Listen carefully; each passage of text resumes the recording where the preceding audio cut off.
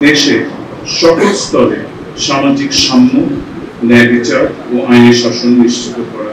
সামাজিক ন্যায় বিচার প্রতিষ্ঠার জন্য আইনের শাসনের কোনো বিকল্প নয়। গণ-অভ্যুত্থানে যারা আহত হয়েছেন তাদের দ্রুত নিরাময় ও সুস্থতা কামনা করছি। কৃতজ্ঞতা জ্ঞাপন করছি ছাত্র জনতার গণ-অভ্যুত্থানে অংশগ্রহণকারী বক্তব্যয় শিক্ষার্থী ও সাধারণ মানুষকে, যারা একটি শোষণমুক্ত ও বৈষম্যহীন বাংলাদেশ বিনির্মাণের লক্ষ্যে তাজা বুলেটের সামনে নিজেদের বুক পেতে দিয়েছিলেন।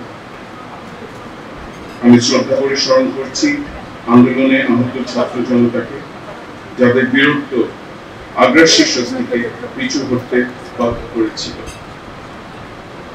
গণ-অভ্যুত্থানে যারা আহত হয়েছেন তাদের দ্রুত নিরাময় ও সুস্থতা কামনা করছি। আমি আরো স্মরণ করছি 1971 সালের মহান মুক্তিযুদ্ধের সকল শহীদ দিয়ে মুক্তিযোদ্ধা ও সম্ভ্রম হারানো মা বোনদের। মুক্তিযোদ্ধাদের আত্মত্যাগের মাধ্যমে আমরা পেয়েছি একটি স্বাধীন সার্বভৌম দেশ। 65% পর্যন্ত বিদ্যুৎ বিল সাশ্রয় করে আপনাকে রাখে প্রশান্তিতে। ওয়ালটন ফ্যান হাওয়া বদলে দেয়।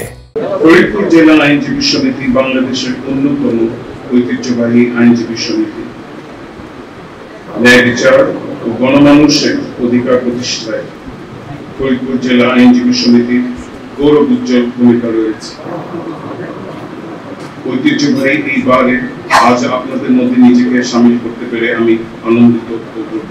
যে মহান আদর্শের উপর ভিত্তি করে আমাদের মুক্তিযুদ্ধ সংগঠিত হয়েছে, যে প্রত্যাশায় আমাদের দেশের ছাত্র জনতা জুলাই আগস্ট মাসে এক অভূতপূর্ব গণ-অভ্যুত্থানের মাধ্যমে নতুন পরিবর্তনের কেতন উড়িয়েছে, তার লক্ষ্য ছিল দেশে সকল স্তরে সামাজিক সাম্য, ন্যায় বিচার ও আইনের শাসন নিশ্চিত করা।